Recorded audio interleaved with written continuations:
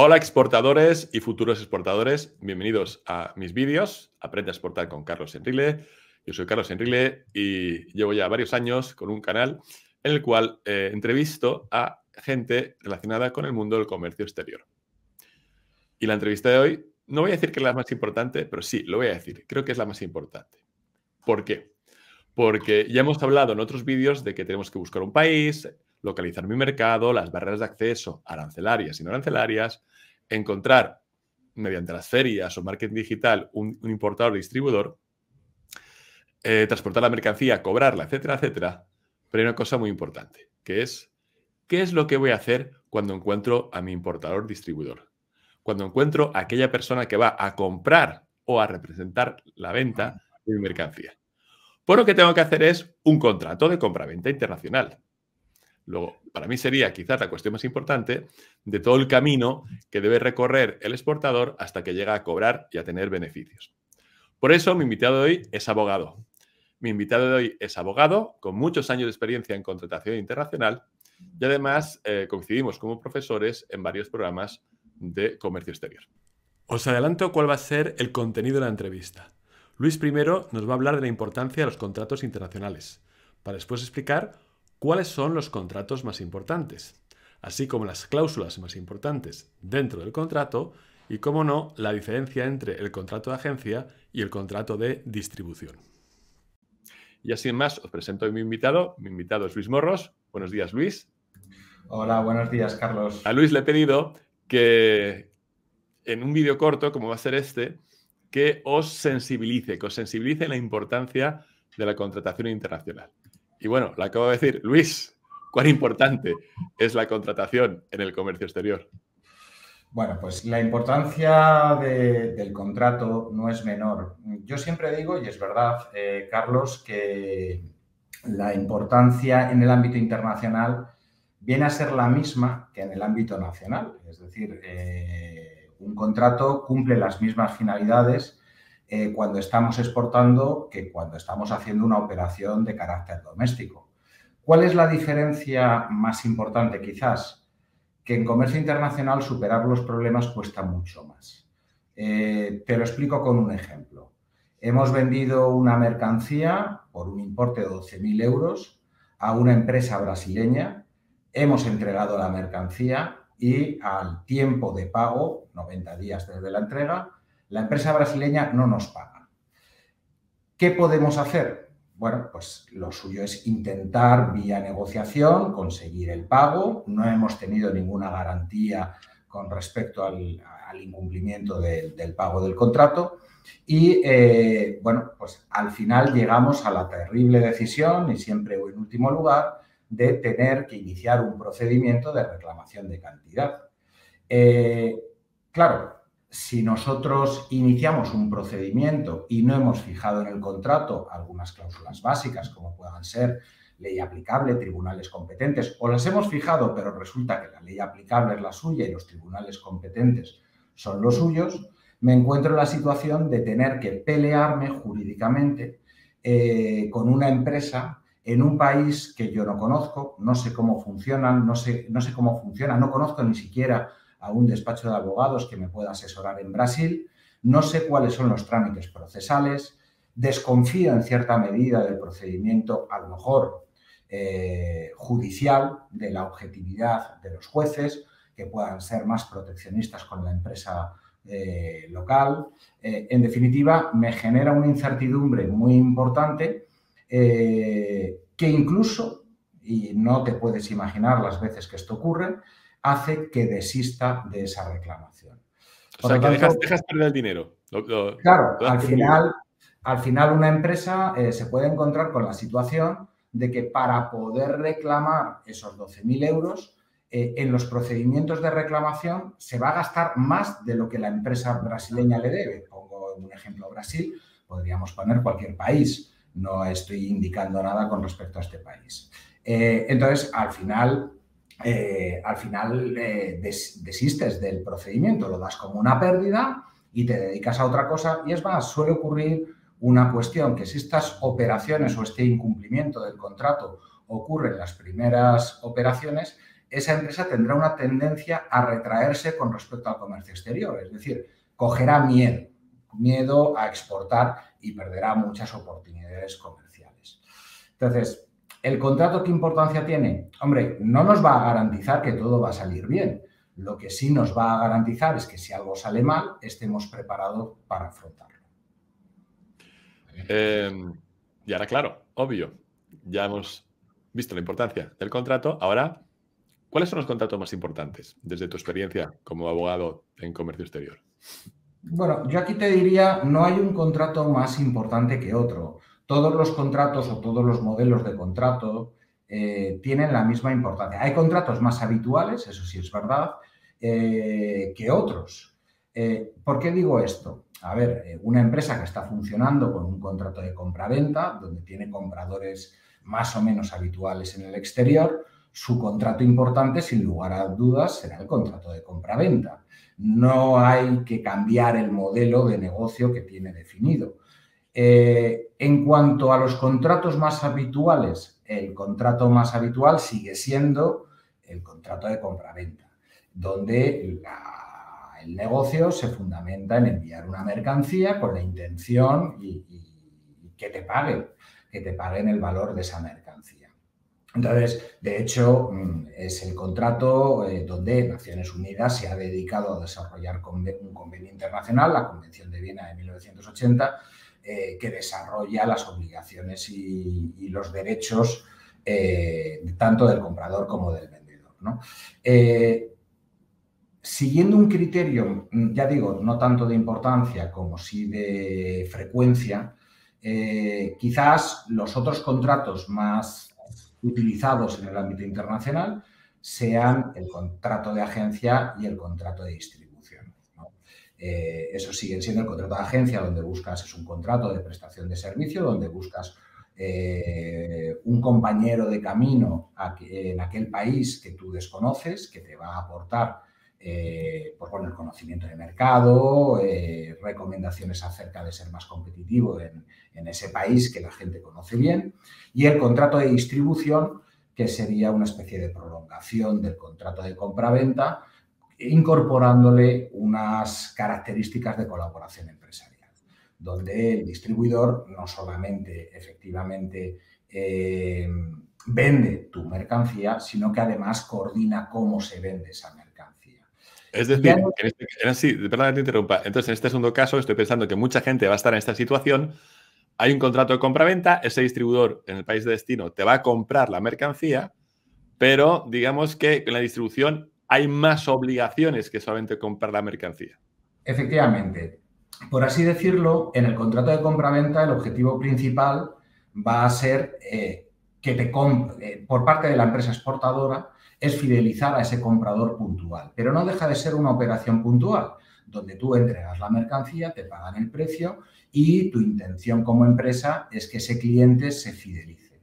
En el contrato de distribución, digamos que la gran diferencia es que a pesar de que existe una transmisión de la propiedad de la mercancía entre el concedente y el concesionario, entre el suministrador y el distribuidor, esa transmisión de mercancía es instrumental de una colaboración estable y duradera, donde la finalidad de ambas empresas, tanto la exportadora como la importadora, es que esa marca y ese producto se posicione en el mercado, porque va a generar negocio a los dos. Cuanta más demanda haya, más el distribuidor más mercancía importará, tu mercancía con tu marca, y por lo tanto tú más exportarás, más beneficio tendrás.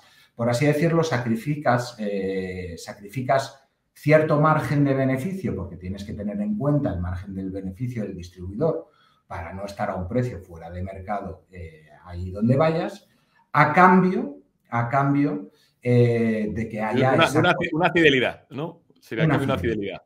De acuerdo. Si él gana, tú ganas. Sería un poco la idea de negocio, ¿no? Son primos hermanos realmente. El contrato de agencia y el contrato de distribución tienen muchos elementos en común.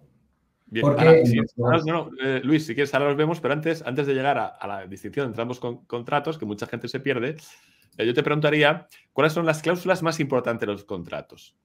Vale.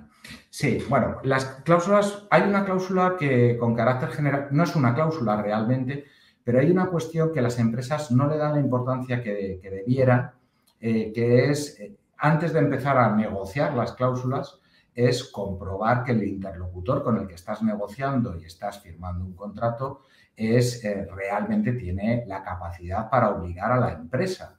Es decir, fijaros que cuando lo hacemos en el ámbito nacional, una de las cuestiones que comprobamos siempre es que la persona que firma el contrato, que para mí es una operación, pues no digo una operación importante, pero es una operación que suma en mi balance, compruebo que efectivamente tenga esa capacidad. Sí, perdona, para los no leguleyos, le piden los poderes. O sea, tú tienes que ver los poderes que la empresa le ha dado. Efectivamente. De acuerdo. Y sin embargo, en el ámbito internacional te encuentras que las empresas van al ámbito internacional y contratan, volviendo con el ejemplo, con la empresa brasileña, contratan porque hay una persona que se ha identificado como representante de esa empresa, no hay comprobación alguna. Entonces, la primera cuestión es comprobar que efectivamente estás cerrando la operación con aquel cuya firma no le obliga a él como persona física, sino detrás hay una estructura empresarial que va a responder de los compromisos alcanzados. Una vez dicho esto, que creo que tiene importancia, sin que todavía hayamos empezado a ver las cláusulas, en cuanto a las cláusulas por las que me preguntas, hombre, hay varias cláusulas, vamos a destacar algunas más importantes, sobre todo, pues bueno, describir muy bien cuál es la mercancía que el comprador espera recibir o la mercancía que tú te obligas a entregar, porque fíjate, Carlos, que al final la mayoría de los pleitos que se generan en el ámbito nacional y en el ámbito internacional está presente un defecto en la calidad de la mercancía o en la cantidad de la mercancía. Siempre hay una excusa para el impago y esa excusa suele, si es el comprador el que impaga, suele estar relacionada con defectos de calidad. Entonces, hay que describir muy bien la calidad de la mercancía para que no te puedan exigir ni más ni menos a lo que desde un primer momento te has comprometido. Aquí también, cuando me habías preguntado antes acerca de la importancia o la habitualidad de los contratos, hay un contrato que está cobrando también mucho auge en los últimos tiempos, que es el contrato de prestación de servicios. Servicios de consultoría, servicios de ingeniería, servicios... Bueno, pues en el contrato de prestación de servicios, que ha sido hasta ahora el gran desconocido en el comercio internacional, también es muy importante describir con ese servicio qué es lo que se pretende, si es un servicio de cumplimiento de objetivos, por lo tanto lo que estás solicitando es un resultado, si se trata de un contrato de consultoría mismamente, donde tú lo que estás es contratando la lex artis del consultor, es decir, el saber hacer del consultor y el conocimiento acerca de ese mercado. Entonces, el objeto del contrato, sea el contrato que sea, tiene que estar muy bien descrito porque es lo que te van a exigir a ti como empresa exportadora, ¿no? Sí, dime. Sí, Luis. Es que imagino que la audiencia está esperando el momento en el que digas una palabra mágica, la palabra Incoterms, ¿no? que son cláusulas contractuales.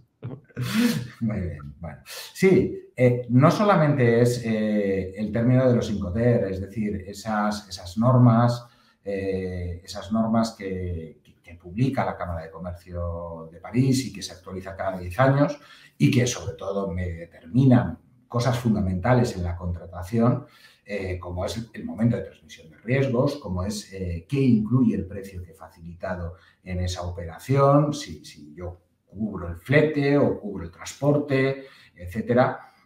Incluso quién tiene que hacer la gestión operativa documental de la aduana de salida o de la aduana de importación.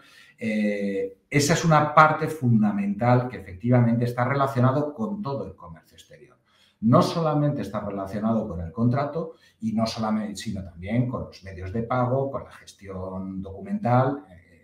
Fíjate, Carlos, trayendo esta pregunta a todo el contexto de la contratación, digamos que el contrato tiene que encajar todas las piezas que podrían ser charlas independientes, como puedan ser, tiene que estar incardinado el Incoterm, Tiene que estar también contemplado en el contrato las fórmulas de pago.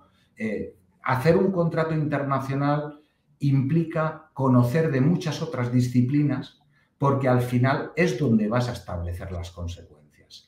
Por lo tanto, tú no puedes formalizar un contrato internacional si la forma pactada es, por ejemplo, el crédito documentario y no sabes qué documentos tienes que pedir para garantizar el cobro o garantizar que recibes la mercancía que esperas recibir. Y los vas a poner, mi pregunta sería, en ese contrato de compraventa internacional, los vas a poner. El vendedor te obliga a suministrar un conocimiento de embarque multimodal, etcétera, etcétera. Eso aparece ahí escrito. Aparece escrito y además aparece a lo mejor, porque ten en cuenta que cuando tú negocias el contrato, a lo mejor el crédito documentario todavía no está aperturado. ¿Qué pasa si tú en el contrato ya tienes previsto que te van a exigir unos documentos para el cobro, por un certificado de calidad, por ejemplo, o no está previsto este certificado de calidad y luego cuando el banco te notifica que se ha aperturado el crédito documentario, resulta que te lo exigen. Dices, oiga, este coste yo no lo tenía contemplado en mi escandallo, con lo cual en el contrato no lo hemos fijado. No me lo pida ahora para poder cobrar un certificado que me cuesta tanto y que me rompe la rentabilidad. Sí, la estructura de costes.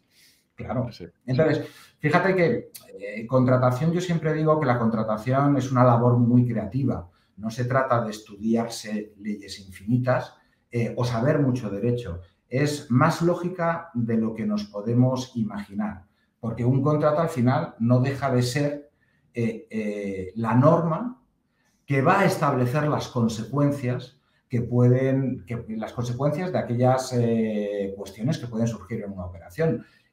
La finalidad fundamental del contrato, y esto lo tenemos que tener claro, es dar solución a los riesgos que hay en esa operación.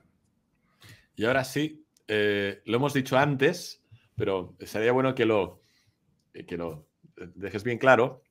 Cuando algunas empresas deciden exportar, se encuentran con dos figuras, ¿verdad? La figura de agencia, el agente, y la figura del distribuidor. ¿Podrías explicar las grandes diferencias que existen entre ambos contratos? Sí. Bueno, lo hemos apuntado un poco antes.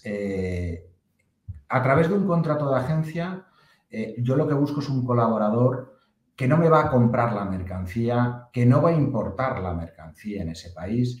Pero, perdona que te interrumpa, pero en cada operación se va a llevar una comisión. Y con cada operación se va a llevar su comisión. Es un contrato de prestación de servicio. Le voy a pagar unos honorarios que pueden ser en forma de fijo o pueden ser en forma de comisión o una combinación de ambas.